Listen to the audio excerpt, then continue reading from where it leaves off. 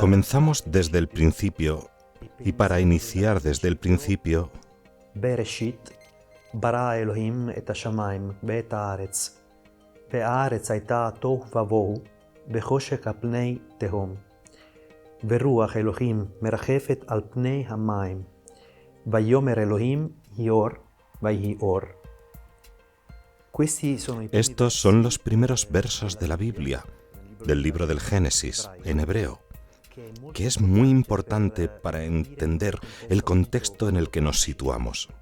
Dice precisamente que en el inicio creó Dios el cielo y tierra. En un cierto momento dice que el Espíritu de Dios aleteaba sobre las aguas.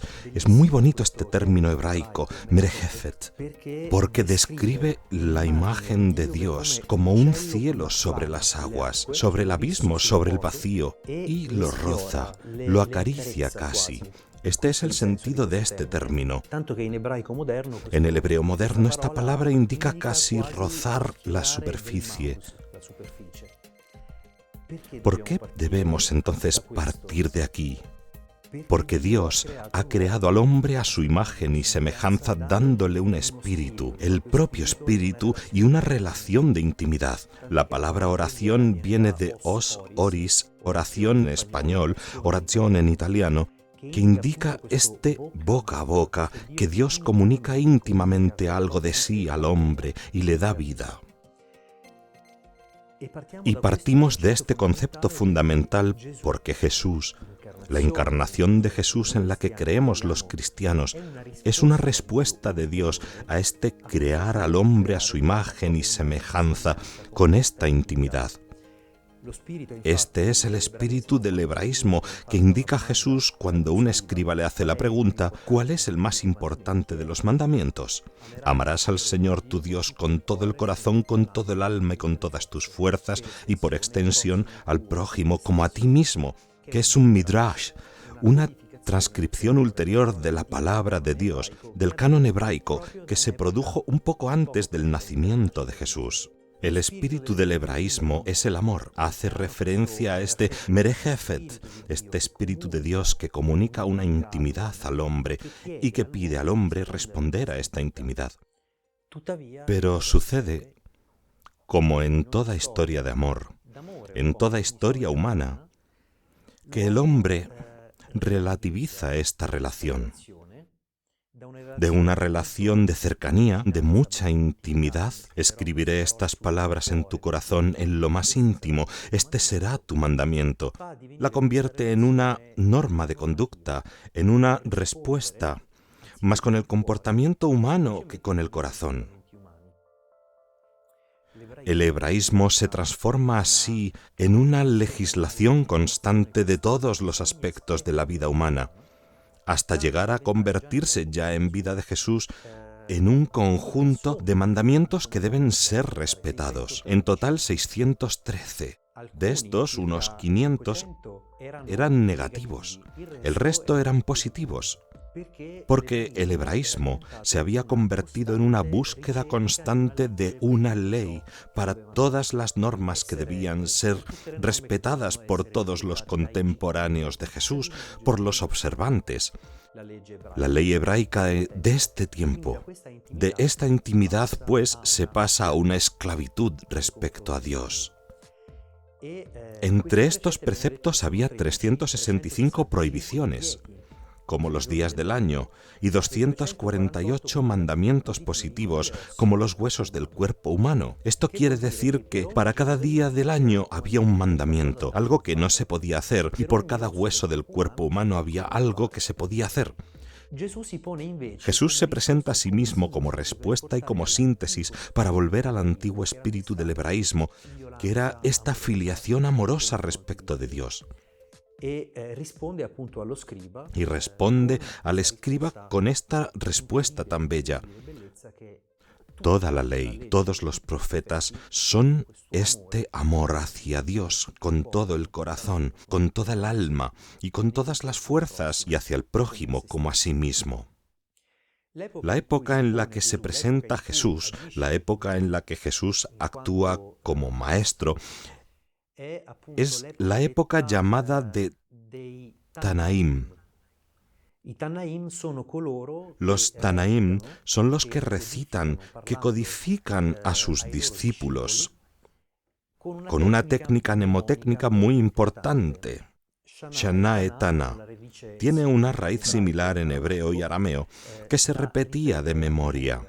Por tanto, Jesús repetía, como todos los maestros de su época, las propias normas de forma poética, de modo musical, para que pudiera ser memorizado por sus discípulos, como la voz que grita en el desierto, Anikol Kore Bad Bidmar, que quiere decir desierto Bidmar. Y este Kore no es solo gritar, sino canturrear, expresar de forma poética el pensamiento. Los Tanaim son precisamente aquellos que transcriben toda la ley hebraica. Hasta ese momento, hasta la época de Jesús, era principalmente oral. La ponen por escrito. De este modo, todo este cuerpo legislativo estaba, en el tiempo de Jesús, en proceso de formación y se habían creado escuelas jurídicas. Las más famosas de la época eran la escuela de Hillel y la escuela de Shammai. Las dos escuelas eran consideradas más o menos liberales. Jesús, en cuanto a la adhesión literal a la ley de Dios, se colocaba en la escuela más observante, desde cierto punto de vista, aunque en línea con el fariseísmo. Pero en cuanto a la cercanía hacia los pecadores, se colocaba más en la otra escuela, que era considerada más liberal, y buscaba sintetizar ambas escuelas en un único espíritu.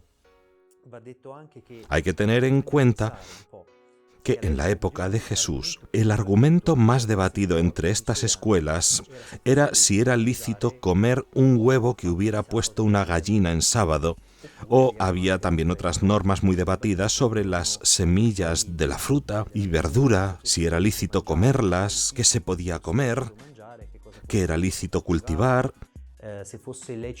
si era lícito llevar un higo seco un sábado por si era demasiado pesado. Jesús llega y trastorna todo. Sabemos que en su época había varias escuelas de pensamiento, las que hemos nombrado, y sobre todo una división posterior entre fariseos, escribas, saduceos y esenios. Estas eran las principales escuelas de pensamiento de su época. Jesús se sitúa sobre todo en la de los fariseos, que se definían perushim. Fariseo quiere decir separado. ¿Respecto a quién? Respecto a los que ellos definían como no observantes, los impuros. Esto es Amaretz, el pueblo vulgar según lo definían, y todos eran observantes y heréticos, sobre todo los saduceos. Eran personas que siempre estaban buscando una ley para cumplir. Por tanto, su objetivo, más que amar a Dios con todo el corazón, con toda el alma y todas las fuerzas, era amar la ley. Desde este punto de vista se habían, pues, alejado de Dios, y Jesús llega incluso a llamarles raza de víboras. De esta misma categoría eran también los escribas sofarim, que eran los que transcribían en la escuela de los fariseos todas las normas sobre las que es posible legislar. Esto es, el huevo puesto en sábado, etc.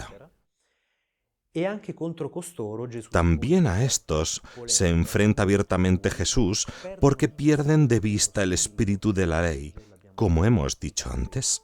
Y los saduceos estaban en abierta polémica contra Jesús y también contra los fariseos porque consideraban que la única ley divina que se debía respetar, la única revelación, era la contenida en los 5 libros del Pentateuco. Por tanto, todo lo que no fuese escrito en estos 5 libros no era respetado ni se consideraba digno de ser observado. Entre ello, la existencia de los ángeles, la resurrección de la carne, toda la cosmogonía, en particular la apocalíptica que vino después de estos 5 libros, no se tenía en consideración. Por tanto, Jesús entra en abierta polémica contra ellos porque no solo no creían en la resurrección, sino que eran un poco la élite del tiempo. Esto es, los notables del tiempo, la clase sacerdotal, los sumos sacerdotes del tiempo y los más ricos, y siempre alejados del pueblo. Estos eran los grupos dentro del hebraísmo en la época de Jesús. Hay un grupo llamado los esenios. Eran una secta de hombres célibes que vivían esta regla del celibato en esta comunidad, tan estricta alrededor del Mar Muerto. Esperaban un liberador y precisamente por esto estaban en confrontación con todas las otras corrientes del hebraísmo de la época. Consideraban incluso ilegal el culto al templo. Llegamos así a la cuestión del templo que en tiempo de Jesús era el segundo templo, según los historiadores, aunque en realidad era el tercero en ser construido. Lo definimos el segundo porque el 587 a.C. el templo había sido destruido por las tropas de Nabucodonosor, rey de Babilonia. El pueblo, los notables de Judea, fueron deportados, exiliados a Babilonia. Después de unos 50 años de la destrucción del primer templo de Salomón, esto es, del exilio, gracias a Esdras y Nehemías y al edicto de Ciro, rey de Persia, el pueblo de Israel, sobre todo el pueblo de Judea, pudo volver a Jerusalén y reconstruir el templo.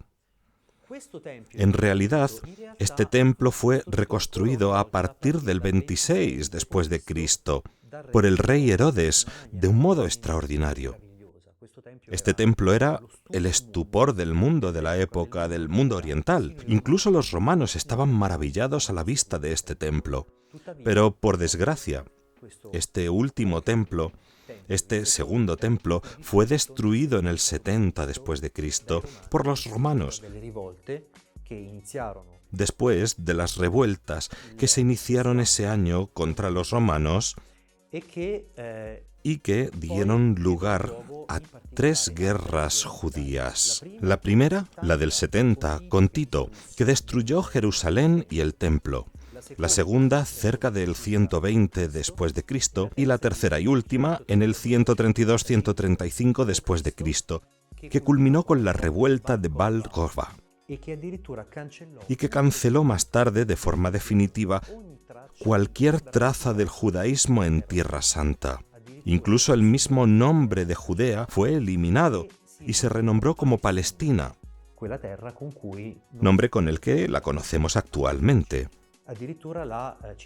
Incluso la ciudad de Jerusalén fue renombrada Elia Capitolina y se eliminó completamente la presencia de hebreos en Palestina.